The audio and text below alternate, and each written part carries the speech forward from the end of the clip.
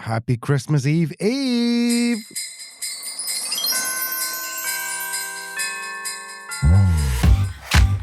Welcome, everyone. Hopefully you're wrapping up for some time off. Maybe you've already finished. Maybe you're actually wrapping presents. Maybe you're wrapping presents, having finished work with a wine. Congratulations if you are. I think we're all gearing up for Christmas. So with that in mind, we thought we'd bring you something a little bit special. Yeah, for the first time ever, we've pulled together our favourite parts of the podcast for the last 12 months. And over the next couple of episodes, we're inviting you to help us celebrate 2025. Yay! And also, for some of us, kicking 2025 in its hairy ass and getting it out of the way because it's not been great for everyone. Today, we're sharing the best moments from our This Week in Work style episodes. Those are Tuesday episodes where you bring you the news roundup, you know, the workplace surgery and latterly Truth or Lie. In part 2, we're going to be bringing you the best bits from our Thursday episodes, which is all our interviews. It's including also our most downloaded interview episode of the year. Yeah, exciting. And if it's your first time here, what a good place to start. Yeah, you're getting like 30 episodes in one. Yeah, absolutely. And just so you know, this is Truth, Lies and Work, the award-winning podcast where behavioural science meets workplace culture, brought to you by the HubSpot Podcast Network, the audio destination of business professionals. My name is Leanne. I'm a chartered occupational psychologist. Also, the author of the smoothest link in the podcasting. I love that.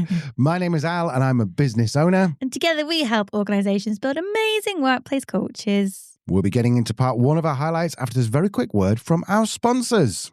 Welcome back. We are kicking off our 2025 highlights with our word of the year. You know I love a new word. So we both had a look through our words of the week over this year and picked our favourite, expecting to have to battle it out over the actual winner. But as it turns out, we chose the same one. The exact same one. Yeah, Leanne said your favourite word. I was like, this is mine. I said so. So here it is. Drum roll, please. The new word of the year for 2025 is duck shuffler. Yay! Yay! Duck shuffler. LinkedIn loved this one as well. It is quite rightly our word of the year. This is from episode 202, released in June, not long after we've been kicked out of Bosnia-and-Herzegovina. And I only mention that because it comes up. Right, yeah. I'd imagine it would. That was quite a situation we found ourselves in the summer. Yes, it was. Anyway, enjoy. Tell us what you've seen this week. Duck shuffler. I was so close. See, now, regular listeners will know that is just essentially a ball, open net. I just need to get my head on it and I've knocked it in. But we will, I'll not be rude. What is a duck shuffler, Lee? It's my new word. It's my word of the week. So, you know how people like the saying, get your ducks in a row? Yep. Which means you're ready to kind of like go on like a task or a situation. Well, a duck shuffler is someone who will come in and mess them all up. Oh, So, for example, you've got a team. They've spent ages perfecting a certain project plan or process. Every detail's in place. Everything looks great. And then someone comes in and goes, hang on, have you thought about this? And then points out the one thing that you haven't noticed. That, my friend, is a duck shuffler. So essentially, the Ministry for Foreign Affairs were the duck shufflers of our ducks, because our ducks were in a row. We were like, great, we get residency any day soon. And they've come in and said, Yeah, very similar. I mean, we were in fact missing a duck. But, yes, true. They pointed out, so they were more of a duck observer than a duck shuffler. Yeah. We probably didn't even have ducks, but like geese.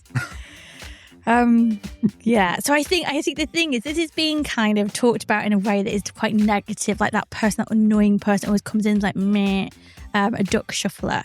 I think in general, people don't come to work to just be disruptive for disruption's sake. I think people come to work because they're trying to do the very best that they can, or it's just a part of who they are operating in the way that they do. I don't believe the intention is always necessarily bad. Yeah, totally. I mean, I do agree. I think I'm definitely not type A, but I definitely am someone who likes to go, oh yeah, it'll be fine, let's do it. And then someone comes along and go, well, have you thought about this? And that bit isn't, you haven't even thought about it. It's like, yeah, come on, dude, I'll work that out as I go along. So it can be very frustrating, I think, but you're right. If you're the duck shuffler of this organisation, that is probably a good thing, because you will say to me, Al, there's a bit you've not thought about here, I don't think. Just go and have a little think about it. Where it becomes, I think, really annoying is someone comes in a little bit like, oh, well, you haven't thought about that bit, have you? And then you go, come on, man, I'm trying to do something innovative here, trying to do something cool. and you're going, that's never going to work. So that's maybe a goose shuffler. Maybe that's your goose man or person or woman. Honker. So we got duck shufflers, we got honkers. Bill from accounts, he's the biggest honker of them all. He can honk right off, can't he? Yeah, I think that's a big add-on as well, isn't it? That if you are a duck shuffler, you probably want to be coming with some solutions or some helpful questions to work around and find that solution. You don't just want to be pointing at yourself going, you didn't think of that, because that is just annoying and unproductive. Yeah, that's just Nelson from The Simpsons. So duck shufflers are generally good. That's what we decided, wasn't it, Lee? It was, whereas honkers, not so much. Have we actually put in that clip a bit about honking? Yeah. Do you know what? What's been so funny about putting this together is that I listen back and I'm like, one, I don't remember this conversation. Nope. And two, what are we talking about? I know. If you have listened to a significant number of our Tuesday episodes, then the award for the most patient listener in the world goes to you, because they're not very tightly edited, and we can get a little bit silly anyway. Yeah. Okay, so our next highlight comes from the news roundup, Leanne's favourite time of the week, and caused quite the stir. I had entrepreneurs calling me in existential crisis. Leanne had people getting in touch, confessing that they had definitely experienced it. And one listener even created a YouTube thumbnail featuring Leanne and I as chubby-faced 2-year-olds. If you haven't guessed it already, we're talking about big toddler energy. I'm not sure I've ever had so many people get in touch with me after this and be like, my boss definitely has BTE. I really loved it. We actually in the episode didn't call it Big Toddler Energy. That was a thumbnail, I think, title we came up with later. But yeah, it sums it up perfectly. Big Toddler Energy from episode 196, released in May this year. Al brought the idea of Big Toddler Energy to the news roundup. I saw a great post on Twitter by Peter Steinberg. Is Stypete is his handle. Yeah. And he's actually quite a cool guy. If you go and look at his profile, you see what he's doing. He's doing some really cool stuff. He's really into vibe coding at the moment. Now, this was an image of toddler versus CEO. And basically, you might have seen this on LinkedIn, but basically it's got like things that toddlers say and CEOs say that are the same thing. Now, we don't have kids, but we've got plenty of nieces and nephews, thanks to my brother and my sister. For producing those. So it kind of still resonates. Not together, we should have. Oh, God, yeah. No. Separately with different partners.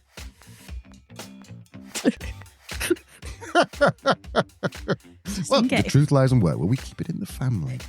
So thank you for that very, very important clarification there. So it kind of still does resonate, but hopefully this isn't you if you are a CEO. So I'll try a few out on you, Liam. Mm-hmm. So the first one is, a toddler and a CEO both blurt out random opinions that are treated as gold. Yep, totally. And probably publish a book about it. Yeah, that's so true. They use special made-up words. like touching grass. Touching grass. Oh my God, so cringy. God, if this resonates with you, then don't worry. I'm going to ask Leanne shortly why CEOs tend to have this behavior. So then they ask you to drop something, to do something, then change their mind completely 5 minutes later. This one made me chuckle. Throws a tantrum if she doesn't get what she wants.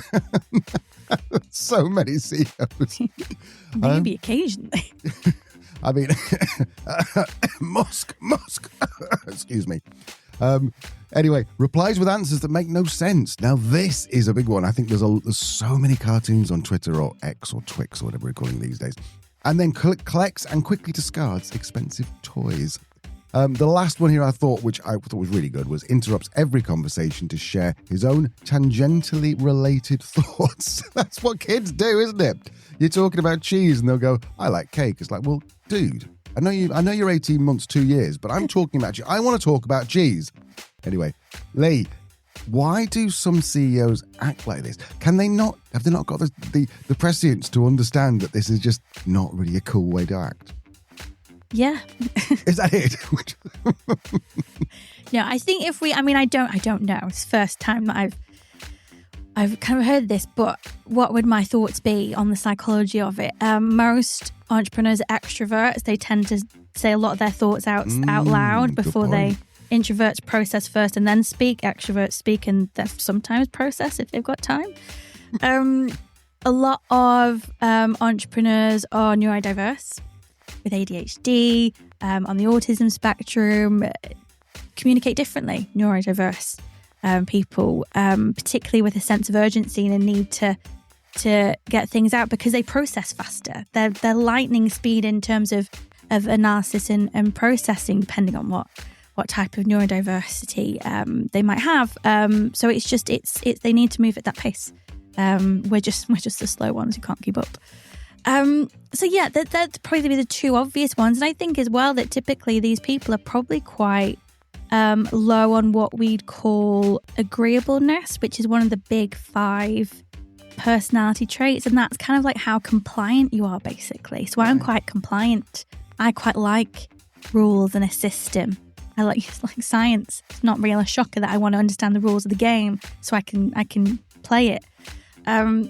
Whereas entrepreneurial mindsets and personalities tend to be lower on this. They want to break the rules. They want to make their own rules. They want to do it again with that sense of urgency and excitement.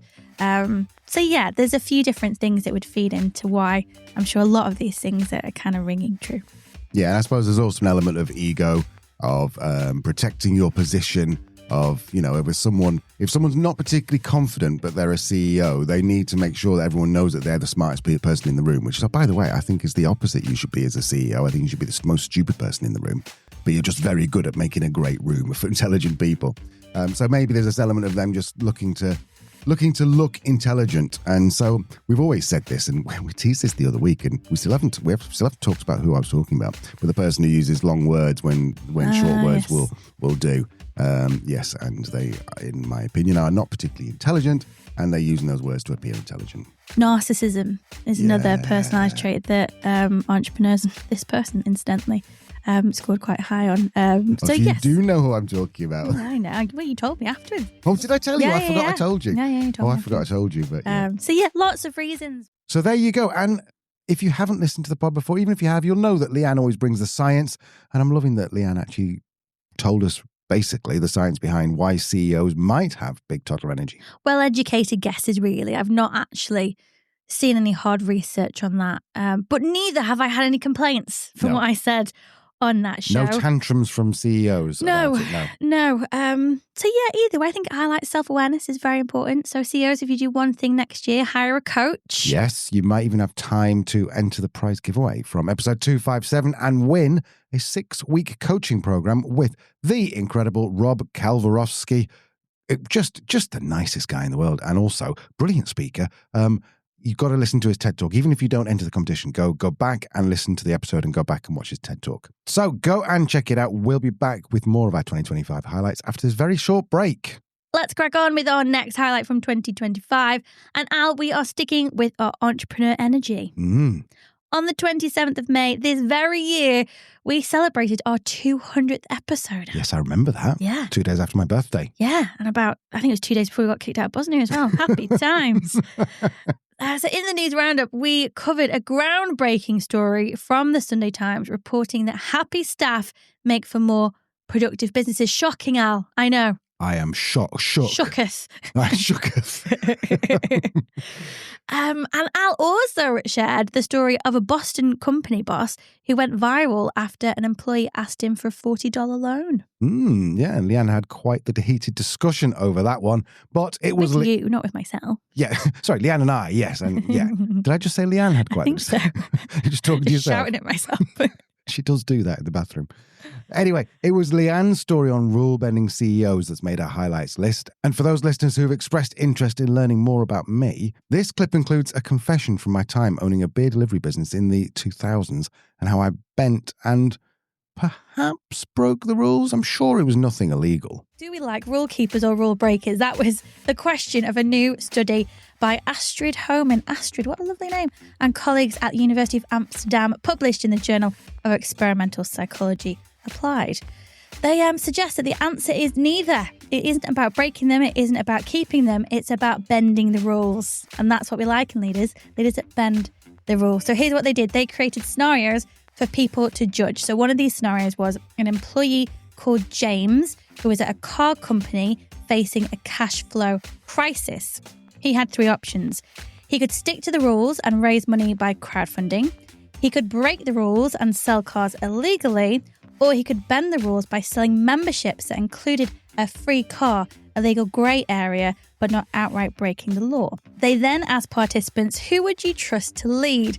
Who seemed most capable and most respected? And the results were fairly surprising. Rule followers were seen as solid, dependable, but they didn't really stand out as leaders. Rule breakers seen as bold, but a bit too aggressive and more dominant than genuine trust. And the rule benders, they came out on top. They were seen as the most respected, resourceful, and most likely to be admired by their team. So when the research team dug deeper in a second experiment, they used a similar setup but placed the employee in political roles with cooperative or competitive environments. So in cooperative settings, so things like building alliances or forming a government, rule abiders were still trusted, but rule benders were a very close second because people admired their ability to find workarounds without tearing up the rule book, so basically still getting stuff done. In competitive settings, when it's about winning debates or outperforming rivals, rule benders were the top choice, even above rule followers, and the rule breakers were on the bottom in both of those scenarios. So the difference the researchers found is all about dominance versus prestige. Rule breakers were dominant, they'll bulldoze through, but it doesn't always earn respect. Rule benders have that edge of resourcefulness. They're clever enough to navigate the system, and people feel good about following them. Our thoughts?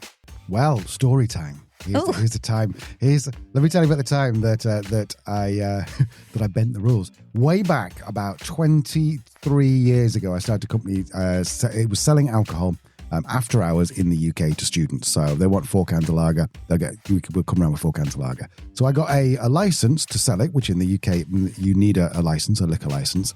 They call it in America. But the law said I still couldn't do it because I could only sell during permitted hours, which is between sort of like 10 a.m. and 10 p.m. That's when I could sell it individually. Otherwise, I couldn't sell it, or I'd sell it wholesale. Well, this is what I did. First of all, I created an order for every single possible person that could ring up. So if someone said, "Oh, this person's ordered something," I can say, "Oh, there's the order." That didn't really work, and in fact, it did work so badly that the police took my license off me. So I was selling alcohol with no license to do it. But anyone can sell alcohol. This is back in the day. Anyone can sell alcohol in wholesale quantities, which is basically 24 cans of lager.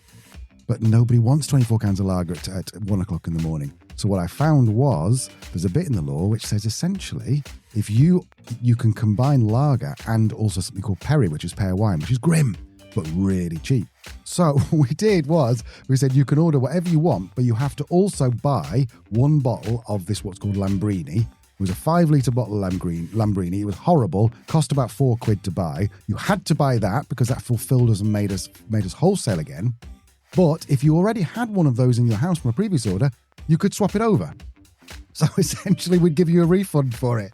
So so dodgy. So basically people had a membership fee of a bottle of Lambrini. Yes, exactly. And as long as they had it, we'd give you the money back on that bottle and take it away and give you the new one. Of course we didn't. We just basically went, there's your bottle of Lambrini, there's your £4 back. All right, keep it for the next order. And that was it. So we both, and we had a lot of fun with it, but ultimately there's a reason why I'm not running that business anymore is because I went bankrupt for about £103,000, which was partly due to the fact that the law changed and anyone could sell alcohol after hours. So like the big supermarkets did, and my market just dried up. But definitely that was my first dalliance. That's the word. First dalliance into rule bending and also rule breaking. And I think the people, I had about 20 people work for me at the time, and they all thought it was really fun. And in fact, my solicitor, or at the time, who used to come with me to the courts, he used to really enjoy when we came to the courts because he'd be like, "Oh, right, okay." There was a copper there who was like dead against me. He wanted to be shut down, and he used to come along, and we used to come up with different ways, creative ways of getting around it. And then the one time when they took my license away, he came in and says, "Do you know what? Dave's really unhappy. This is the end. You're gonna have your license taken away." But anyway, he enjoyed it too. So anyway, that was the end of my story, Lee. Doesn't really help. It doesn't really support it. No, I think it does. I think it does. I think rule bending it is exactly that, isn't it? It's entrepreneurial. It's innovative. It's pushing back against maybe too rigid systems that don't need to be that rigid. And they didn't, because fundamentally that business went out of business because they changed the licensing rules because they realised they were too rigid. Mm-hmm. So you were only fighting the rigidity that was then eradicated. Look at me with the words today. Rigidity eradicated. I haven't even had coffee today. What a story, Al. Honestly, it's such an interesting it was such an interesting time. And if you haven't listened to Al's episode of kind of Who is Al Elliott, which I think is like episode 10 or 12 or something, do go back and get the full story of that because it's brilliant. You are so creative in the best of ways. Oh. You, my friend, are a bender. Oh, hey. A rule bender. Yeah, I'm hoping that's going to be... A rule bender. It's what we've just been talking about. Of course, I understand. Moving on. Okay, our next highlight takes us back to the news roundup in episode 214 back in the summer. Oh, the summer. Summer good times. And this was a good episode. Al told us the story of one of the most outrageous employment heists in recent tech history. Picture this. One engineer working for 22 startups and earning more than $1 million a year without actually doing any work. So this is my favourite story I've seen for a very, very long time. Basically, it's Silicon Valley's great employment heist is what I'm going to say I came up with, but actually Claude came up with that. So a software engineer in India named Soham... Software engineer. Sorry, did I say that too quickly? So this software engineer in India whose name is Soham Parekh. I hope I'm saying that right. I doubt he's listening. Probably too busy working. He pulls off what might be one of the most audacious employment scams ever in Silicon Valley. He simultaneously worked for multiple AI startups, earning around about $1 million over 3 years. No, annually, sorry. $1 million annually, while barely doing any actual work. Kind of like if you've seen that movie, Catch Me If You Can. I love that movie. Me too. I've seen it twice. Movie. And I would say, I saw it about 6 months ago and I'd watch it again. Yeah, me I too. absolutely would. But this is basically like Code Me If You Can or something. I don't know. There's probably Claude will come up with a better quip than that. So let me just tell you the scale is actually quite staggering. 22 companies were involved. He interviewed for some and hired by others. Most of them were Y Combinator AI startups. Just in case you don't know what Y Combinator is, it's like kind of like it's the place to be for a startup in Silicon Valley. We've had Post Hog. James Hawkins was our previous guest about 10 episodes ago. He's YC alumni. So it's like a good gold standard of startup. Yes, right, yeah, okay. Absolutely. The best of the best. So the likes of Coinbase came out of there. Stripe didn't come out, I don't think, but something else did. There's lots of like major companies you've heard of which are YC. Okay. So you'd think they'd be a bit more vigilant in the hiring To process. be fair, and just in case Gary Chan's listening, because he's a bit annoyed, he's the guy who runs it, he's a bit annoyed on X at the moment. So just in case you are listening, Gary, I'm not saying that you employed these guys. I'm saying that these were all YC Combinator companies, and they were targeted by this guy, Soham. So there was companies who were paying him $10,000 a month each. It went on for 2 years, between 2022 and 2024. He only got caught because Y Combinator founders started talking about him, going, I've got this great guy, but I haven't seen him for a while. How every cheat gets caught. Cast your net too wide, people start chatting. Absolutely. So just give you a little bit of background on this. He's mid-20s, based in India. Apparently, he's genuinely brilliant. He's described as the top 0.1% of software engineers. So it is very much Catch Me If You Can, because he's a genius. He aced every single interview. He had strong business acumen, and he created an incredibly convincing personal persona I've got written down here. So basically what he'd do is he would go to interview. He'd interview really well. They'd be like, oh my God, we've got to have this guy. And he'd go, I'm sorry, well, it's 10 grand a month minimum. That's what I work for. And they went, all right, well, he's such a good guy. Yeah, we'll have him. And then just started making creative excuses for why he wasn't delivering the work over that time. He also said that he got US visa status, and he hadn't. He once said, I didn't do the work because a military drone crashed into my house in India. And then when he was confronted, he denied everything until the evidence was undeniable. This is a movie. This is a Catch Me If You Can movie. This is absolutely brilliant. Now, so why did this happen? Well, engineers are in massive demand, like top 0.1% of engineers. There's very, very few of them out there. AI isn't helping because everyone's now, we talked about vibe coding the other day. Mm-hmm. Everyone thinks they're an engineer because they can write 2 prompts in Claude and create a to-do app. That's not the way. That does not make an engineer. The top ones are 200,000 easy a year. And so obviously, you can multiply what he earned. That's how he worked out at about $1 million a year. Nice. I know. So, I mean, this is... What do you think? Do you think that he was a genius? Do you think he's criminal? Do you think this is just what's your thoughts? If it's criminal, I don't know. I guess it depends on the contract he signed, unless it specifically says you're not allowed to have another job. It could be if you've got a good lawyer, and if you've got $1 million, you can probably get a good lawyer. True. Probably get you out of that one. Telling lies, though, to get a job, like you don't have US visa status, that might be a bit more of a pickle. I mean, morally, ethically speaking, it's not super cool, is it? Particularly in an environment where there's lots of people from tech out of work.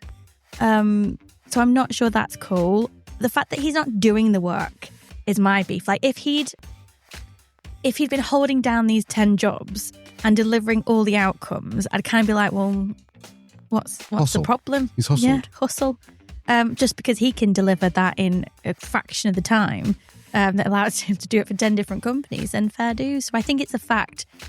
I think this is more the fact that he didn't deliver the work. So therefore, yes, I think there's this. It's kind of forward, isn't it? And it won't end well for him. I think it's such a shame because if you're that level of an engineer and there's AI agents. To be fair, there wasn't in 2022, but still, you can probably create systems that are going to be able to do half the work for you. So yeah, I think the not delivering was a bit odd. To be fair, this is actually a trend. There's a subreddit on Reddit called Overemployed, and it's full of people who've got stories of working multiple jobs at the same time. Yeah. Most of them, I think, deliver the work and therefore everything's okay. Yeah. Obviously, if you want to do that for like 4 or 5 years, trouser $500,000, you'd be burnt out and it's going to be a tough thing, but you've got $500,000. It might take you 20 years to make that as a junior engineer. I've seen people on LinkedIn lose their about this as well. Yeah. Like people are that's why we can't trust people to work remotely because they hold multiple jobs. And it's like, we're just focusing on the wrong thing. If somebody's doing the job to the standard that you want, it's not just indicating that maybe you don't need an employee, you need a freelancer or a contractor. As a contractor, I have multiple contracts. Yeah. I have multiple ways of earning money from different people. Like, it's no different. I don't get what the beef is. As long as you're getting delivered what it is, then it's just logistics. Oh, I love a good rant about remote work and management by outcomes, Al. To be fair, I thought this was such a great story. And I'm a little frustrated that an engineer of this sort of like caliber or style isn't actually doing the work, but just having the whole multiple jobs thing. I'm okay with having multiple jobs. I just think that if they're clever enough to manufacture that, they should be clever enough to do the work, or at least find some AI or agents or something to do the work. We will leave a link to that episode and actually all of the episodes we mentioned today in the show notes, of course. So we have covered our news roundup highlights from 2025. And honestly, it was really hard to choose because the media just is such a gift, isn't it, Al? It's such a gift. Keeps on giving. Yeah, and some of the business owners out there. I mean, we didn't even mention Jamie Dimon's rant. No, we didn't. We didn't mention the Coldplay Jumbathon. No, we didn't. Honestly, it's been a gift of a year. Touching grass, was it? Touching grass, Oh, some people did not like that at all. No. Kenny was particularly offended by that one. Our Kenny? Yeah. Oh, right, okay. Yeah. So I was Ken. Yeah. Anyway, so continuing with our This Week in Work episodes, long-time listeners will know that this middle segment we like to have a little play with from time to time.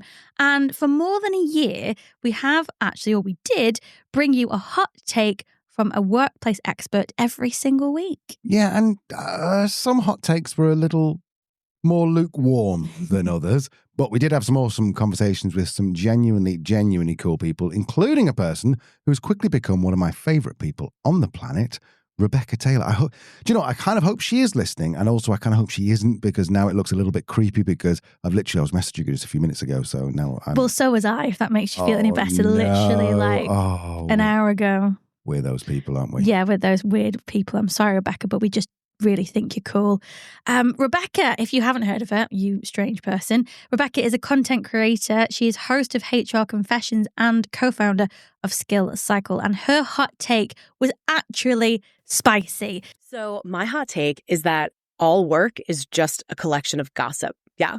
So if you think about the actual definition of the word gossip, because I don't want to assume that everyone has the same definition. It's one of those words that it has an emotional reaction to some people, right? But if you think about it, the actual definition of gossip is two people talking about someone who's not in the room. So if I'm going into a job interview and I interview for a job, and then someone comes in to talk to the person who interviewed me about me, they're literally gossiping about me to see if I'm a fit for that job. And that's the whole purpose of interviewing. So it's literally just talking about this person when they're not in the room and then making decisions about whether or not this person's going to work there in that specific instance. Performance management, it's just gossip. It influences so many things in our lives. we have this big movement right now in the US for pay transparency. So states are passing laws where it's mandatory for you to post a salary and a job description. And it has to be transparent that this is the pay range for this role. It has to be real. It has to be a realistic range. It can't be $1 to $1 million. It has to be actually there. And that came out because of workplace gossip. People started to talk about their salaries. They learned that there was this huge pay gap and that salaries were not necessarily paid in a reasonable way. They were based on whatever you were making before, how well you could negotiate. And so there's been this push for leveling salaries and being transparent about what they are because people are talking about it anyway. So it's been this great movement for equity in the workplace, for transparency in the workplace. And it all started because people were gossiping about each other or about each other's salaries at work. People are inherently social creatures. And so the concept of gossip is about your community spreading word to other members of the community to either promote safety in the community or to inform the community about something. What I think a lot of people will be thinking is going, okay, cool, but in my head, gossip is bad. So when does your definition of gossip become bad? To me, gossip is bad when it leads to people othering others in a negative way. So there's including people and then there's othering people. So including is kind of just like be part of this community. Let's be stronger together. Let's come together around this. And othering is like, go away. You don't belong here. You're different. And it's treating difference like it's a bad thing. So if someone is a sexual predator, for example, it's okay to other them. It's okay to say, stay away from this person, keep them away, don't give them opportunities. You know, there's issues here that people need to know about. But when gossip is about something that's about sharing important information that helps the community or helps other people rise above something, then it's great. Pay transparency is an example of gossip that I'm a big fan of because it does drive a lot of equity that we've never really had before, at least not in the States. And when we look at gossip in the form of how it can help other people either help each other or help themselves, that's when it's good. Everybody talks about someone who's not there. The nature of the gossip all relies on whether or not you're inserting your opinion or if you're just sharing sort of facts and stories and letting the conversation unfold. So if I start a conversation that's just like, oh my God, my friend is such a jerk, let me tell you why, I'm immediately inserting my opinions, and this gossip is meant to bring this person down who's not even here and can't advocate for themselves. That would be toxic gossip, right? We're all guilty of it. We all do it. But that would be considered toxic gossip to me. But otherwise, you know, it's just a natural part of the human experience. The best gossip is that juicy gossip. Yeah. You go, you're never going to guess. And someone looks around either way to see whether someone's there and goes, do you know who's just done this? Juicy gossip is the stuff that really catches on. I mean, so right now we were just talking about this. So I'm reading a book called Careless People. It's a memoir and I can hold it up, not to like promote it, but Careless People by Sarah Wynne Williams. It's about her time at Facebook. And it's one of those stories that is so juicy because it's about something that so many people know and understand. Facebook is sort of this universal company, right? At this point, Meta, whatever we're calling it now, it's something that is so much a part of our household. And this is a memoir about someone who worked there for 7 years, talking about what it was like to work with Zuckerberg and Sheryl Sandberg, these big household names that we all know about, and telling sort of the story of what it was really like on the inside. We love to know what happens on the inside of things, especially things that seemed at the time untouchable and have sort of changed its status in the world. Facebook, she worked there in 2012 is when she started there, 2011. I don't remember my timeline as I'm reading it. But so that was the time. It was before they IPO'd. It was when they were sort of in this like heyday of this is what our potential is, compared to now where it's sort of this like, it breeds a lot of toxicity because it enables a lot of the worst qualities of people. And that's what gets people to engage. But it became what it is because people love to engage in juicy things and they love to insert their opinion on it. And so it gets out of hand when that's not regulated or if that happens too publicly or if it dehumanizes people, because that's where a lot of social media has kind of gone. It started as fun, gossipy kind of stuff. And now it's just dehumanizing people to the point where we forget that there are humans on the other side of these accounts that we have. But I don't think there's anything wrong with the juicy gossip because a good story is still a good story. I mean, it's why we love novels. It's why we love movies. It's all about sort of framing the story. And the ones that are based on a true story are the ones that people really kind of sink their teeth into. That was a brilliant Rebecca Taylor. She's so freaking cool, man. Oh, effortlessly. And she's from New York and she grew up in Brooklyn. It's like, oh, I'm never going to be like ever even close. No, you're not. No. Although one listener did get in touch and told me that they thought I was cool. I was like, you might be the first person to ever tell me that. Is that your mum? No, but my mum commented on my LinkedIn post the other day. I thought, I feel like I've made it because my mother's commented on my LinkedIn. Your mum's on LinkedIn? Yes, she is. Well, she's not connected with me. Well, there you go. She's probably not cool enough. Patricia, I'm offended. Anyway, where were we? Rebecca, brilliant, absolutely amazing.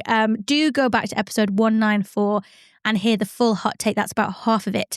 And you'll be hearing from Rebecca again very soon, as she will be appearing in our predictions episodes at the end of the year. Yeah, so moving on. As Leanne mentioned, this middle segment is something we've always liked to change up a little bit. And in September, Leanne's idea, when I believe we were a little bit drunk one night, Leanne's idea was to launch something called the Truth or Lie segment. This was where we basically every week bust some myths about a big psychological claim and ask, is it a true? Is it a true? Is it a true or is it lie? Is it a true?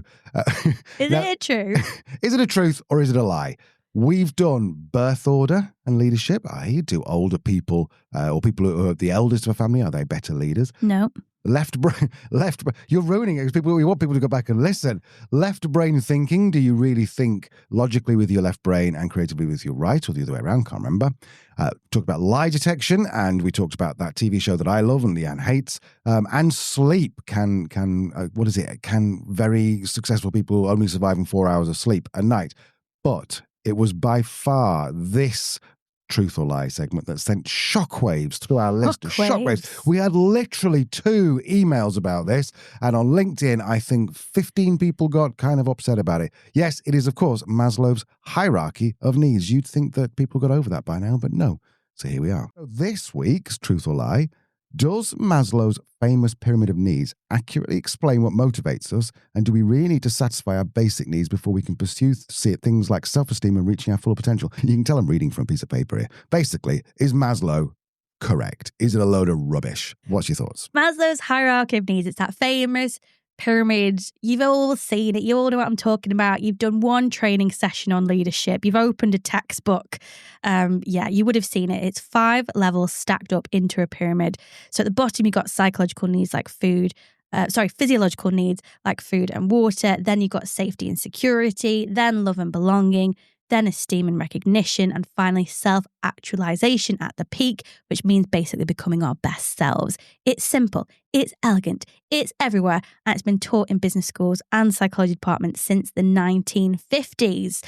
The core idea that goes with it, which is important to know as well, it's not just about the levels. The core idea is that you must satisfy each level before you can move up to the next. So you can't worry about making friends if you're hungry. You can't pursue your dreams if you don't feel safe. Yeah? Fair enough. Yeah. All seems intuitive and makes sense. Yes. Here is the first problem, Al. Abraham Maslow never drew a pyramid. Oh. Not once. Okay. So where's the pyramid come from? Well, when Maslow proposed this theory, it was in the 1940s, 1943. He described it in writing. There was an article. The pyramid was created 17 years later in 1960 by a business consultant called Charles McDermott for an article about motivating workers. So he uses a pyramid to help managers achieve maximum motivation at the lowest cost. It's a catchy visual, isn't it? It's memorable, it's perfect for training slides, and it stuck. So this is a version everyone learns, and it isn't even Maslow's original idea. Poor Maslow. So in terms of what Maslow actually said, so he proposed that humans have 5 basic needs that are hardwired into us through evolution. So the key idea is that these needs work in order. So when you lack something, it motivates you to get it. But once you have it, it stops motivating you. So this means you focus on whatever need is currently unmet. So if you're hungry, that dominates your attention. But once you're fed, you can move on to worrying about safety. Once you feel safe, you can focus on making friends and so on up the ladder. Basically you can't focus on gaining respect and recognition if you're worried about where your next meal is coming from. That's the core logic of the theory. Can I have not a question, but just I want to go back to that pursuit of happiness, because if you watch that film, it actually goes through those levels. It's quite interesting. Yeah. Today's episode is brought to you by the Pursuit of Happiness movie. Yeah, it's inspired movies. It caught fire in the business world. It's been used in all sorts of ways. It's been used to design pay structures, recognition programs, employee motivation strategies, and it is still taught as a foundational concept today. Second problem, Maslow himself knew this was an incomplete theory. Oh. So in the original paper, he mentioned other needs like the desire to learn and appreciate beauty, but he didn't know where to put them. Mm-hmm. So he recognized that his list wasn't finished. Mm-hmm. So after 1943, Maslow's work split into two paths. So one was very practical, working with businesses, and the other was much more philosophical. So he started studying people who seemed to have reached their full potential and asked what motivates them once they've achieved success, so once they've got this self-actualization. Mm-hmm. And he found that they weren't driven by personal success anymore, but they were driven by bigger values. So trust, beauty, justice, making the world better.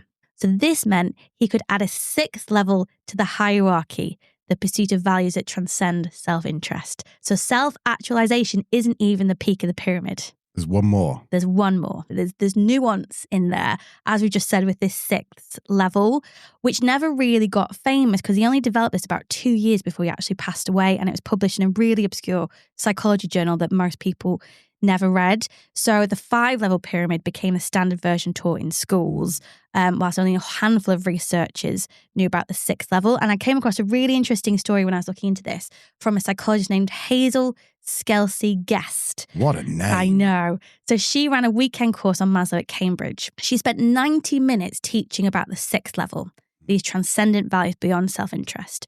When she marked the essays, some students had still drawn the hierarchy with only 5 levels, right, and with self-actualization at the top. Right. And when she looked into it, it's basically that was all the students with a background in business and management. They just couldn't accept that there was a 6th level because they'd always known it as 5, whereas the psychology students were a little bit more open to, as we tend to be, to things changing.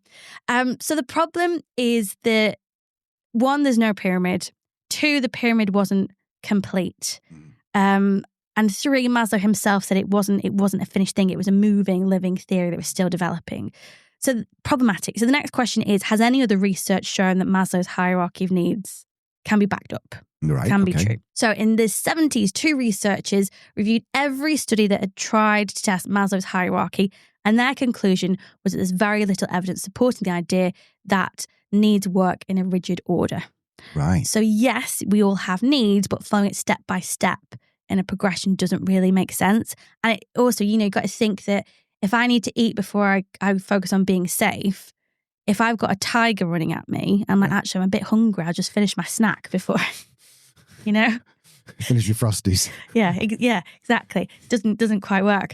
The other problem is that Maslow developed this theory on like the top 1% of exceptional achievers. So he studied people like Albert Einstein. Right. So how can you kind of have an all-encompassing theory above everybody about the human experience when you've only based it on extraordinary individuals? Mm-hmm. Then there's a cultural problem.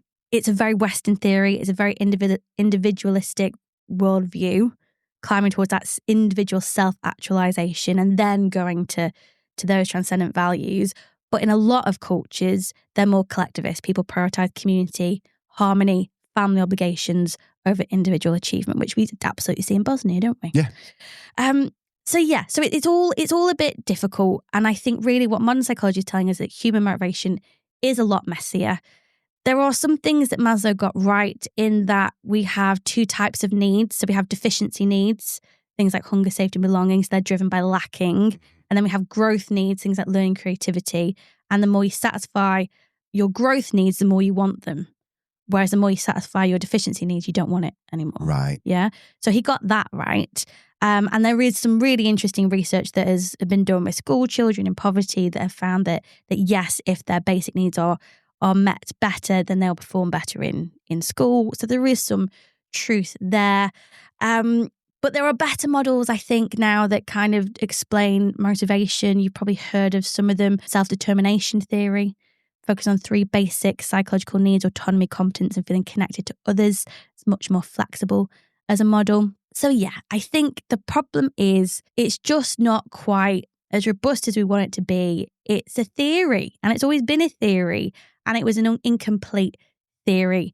So truth or lie, the claim that Maslow's hierarchy of needs with self-actualization at the top of the pyramid, does that accurately describe human motivation? No.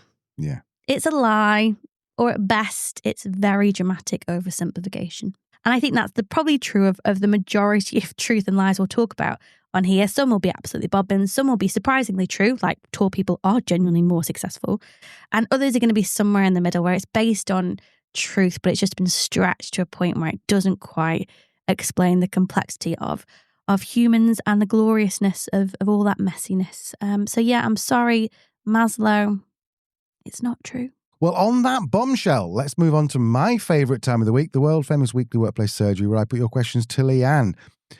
Now, we've had so many great questions from you guys over the months, and if you have a question you want me to put to Leanne, either drop me a message on LinkedIn or send an email to hello@truthliesandwork.com. All the links in the show notes. The links in every single one of the show notes. But when we're thinking back to our favourite questions, this one came top of the list again for both of us. This is why we're great as co-producers. Yeah. Co-hosts, sorry. You're the producer. I'm the talent. You're the talent, very much so. Yeah, I mean, I'm not even sure we considered any others, to be honest, because how could this not be the question of the year? I've never heard anything more awkward in my entire life, and I've been married to Al for 13 years.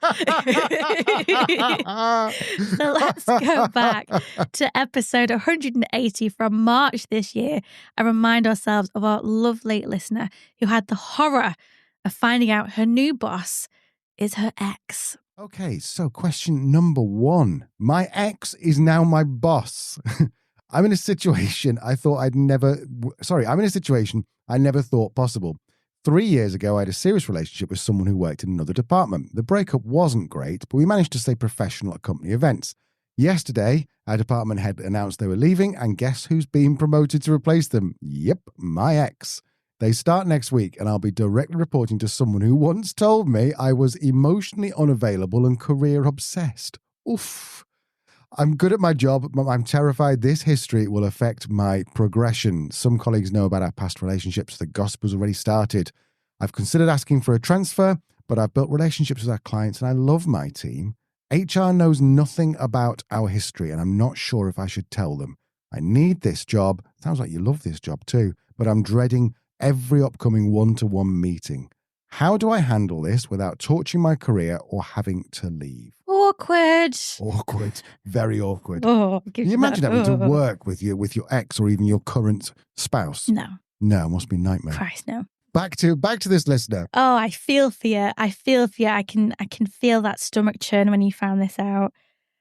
This is why you tell HR when you have a relationship in an organisation, because things like this can transpire if people don't know. They don't know what they don't know. This is what I would do. And it's going to be super awkward. Everything about this situation from this point onwards is going to be massively awkward. There is no getting away from that. So just suck it in.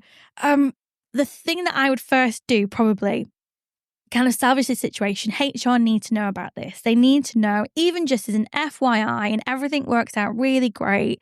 They know that this dynamic is in place, so someone can check in with you, can check in with your new boss, make sure everything's happy. I would do this if you can with your ex. So I would be inclined to contact your ex-partner and say, this is awkward. I think we probably should make HR aware that this dynamic exists. I'm sure that we'll be fine. I have every intention of dealing with it professionally. You are my manager. I'm sure you have every intention of dealing with it professionally. As my line manager. That said, I'm finding this situation really awkward and a bit weird, and I'd just like to put it on the radar of HR. I think we'd be better doing that together. What do you think? If this person says no, red flag number 1. And if they do, go to HR, have this conversation, explain that, at the time we didn't disclose it for various reasons. Bearing in mind that could be against company policy, so just do some research first and make sure you're not going to get yourself in trouble. But have a conversation with a HR rep that you trust and just kind of say, I don't want anything to be done about it.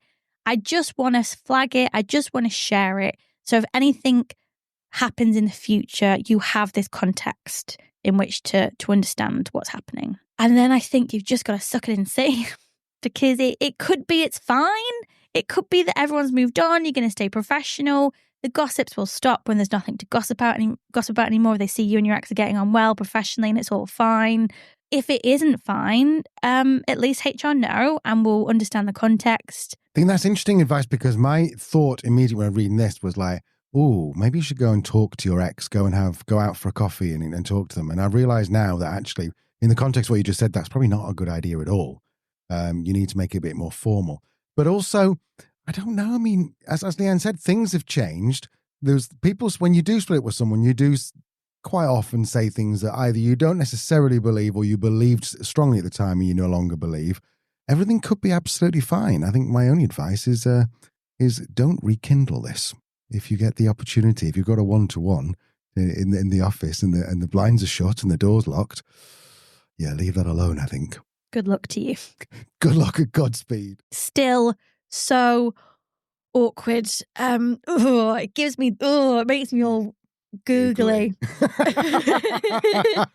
But it's nice. This is a good reminder of where HR can play a really proactive and supportive role, I think. Yep. And if all else fails, maybe dust off that old CV or resume and go looking for another job. Yeah, maybe.